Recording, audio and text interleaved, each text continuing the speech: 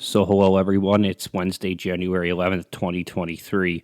Hope everybody's doing well enough. So, today we're going to talk about this whole thing going on between one of the Mexican cartels and the Mexican government. And overall, more of this video will be about kind of the war on drugs and stuff. So, let's dive into it. So, here's this story from France 24 about this Mexico drug kingpin and basically the violence that's been happening there. So I'm going to briefly explain that. So 10 soldiers and 19 criminal suspects died in a massive operation to arrest the son of jailed drug trafficker John Quay El Chapo Guzman. I'm going to probably butcher a few of these names. So Mexican government said Friday, with a dramatic shootout damaging 3 planes and sowing terror at a local airport. Ooh.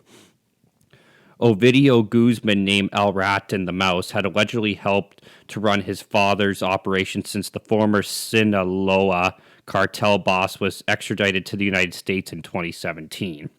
The 32-year-old was rounded up Thursday in the northwestern city of, I can't pronounce that, and flown to Mexico City on a military plane following 6 months of intelligence work to track him down, the government said.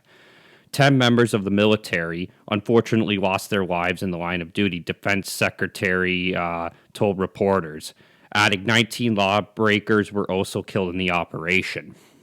A colonel who commanded an infantry battalion was among the fallen.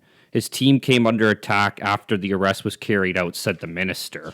And it just kind of goes on here. Another 35 soldiers sustained gunshot wounds and were taken to hospital, while 21 gunmen were arrested. More about these planes and stuff like that.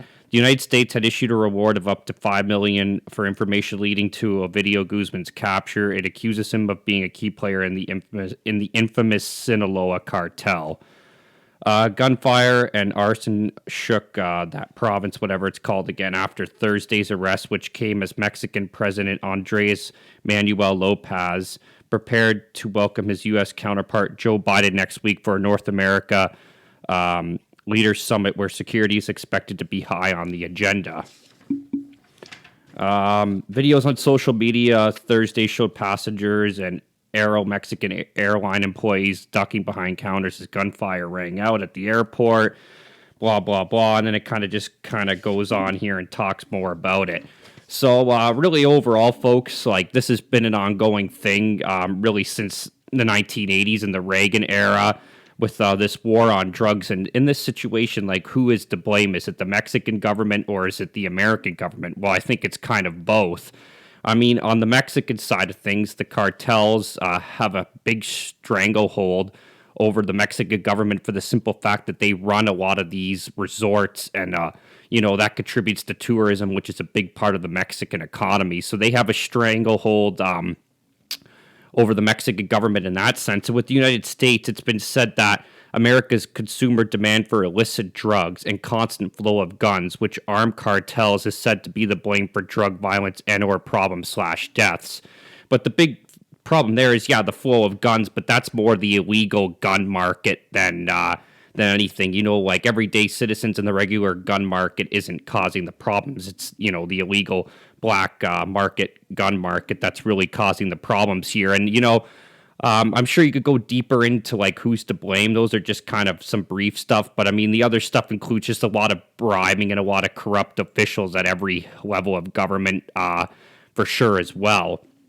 But I'm going to dive a little bit into this whole drug thing here. Like another huge problem is like, the opioid problem is a huge problem, as well as the pharmaceutical drugs are also killing enough people each year. Like, don't kid yourself. I mean, for those of you who know me, sorry. Like, I mean, I've seen it in my own life with, prescription drugs and pharmaceutical drugs that are legal, like messing people up as well. And that's a huge problem. Like tens of thousands, if not more people, not only in the United States, but other countries as well, die every year from, pharmaceutical drugs. So they're overprescribed, or they're not or people abuse them as well. So that's another problem that needs to be addressed with this whole drug thing, is just the domestic pharmaceutical industry and those drugs as well killing people. And the thing is here is it's more than just Mexico too. even it mentioned in there like cocaine and fentanyl and all that stuff. But the reality is there's a lot of fentanyl that comes from China as well.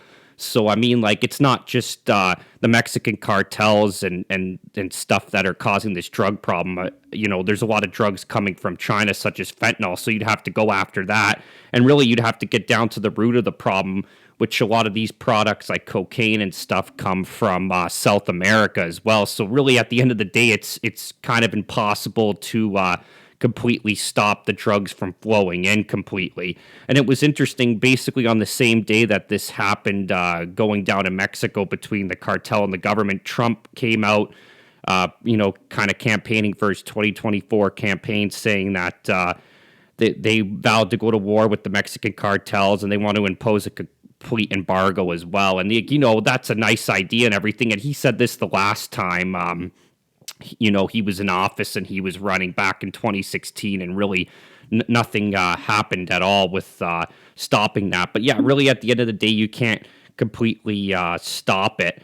And the bigger question here is like a possible solution here, and an ongoing debate is, should most of these drugs be legalized or should they be kept illegal mostly? And my thoughts on this are, if the government kind of wants to win this war on drugs at all, or at least reduce it a lot, if they legalized a lot of these drugs, that would cut out a large chunk of the black market, and it would incentivize people to buy these drugs, and they would be safer somewhat coming from the government, and it would de-incentivize people from buying them off the street, even though there's always going to kind of be some kind of black market.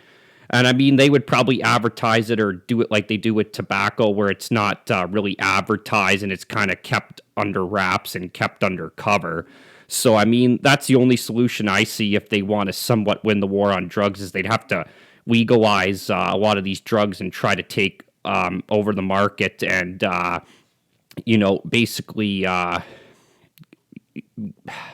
take out the black market. Yeah. Sorry there, folks. It's early in the morning, but I hope you guys found this video interesting, and peace out.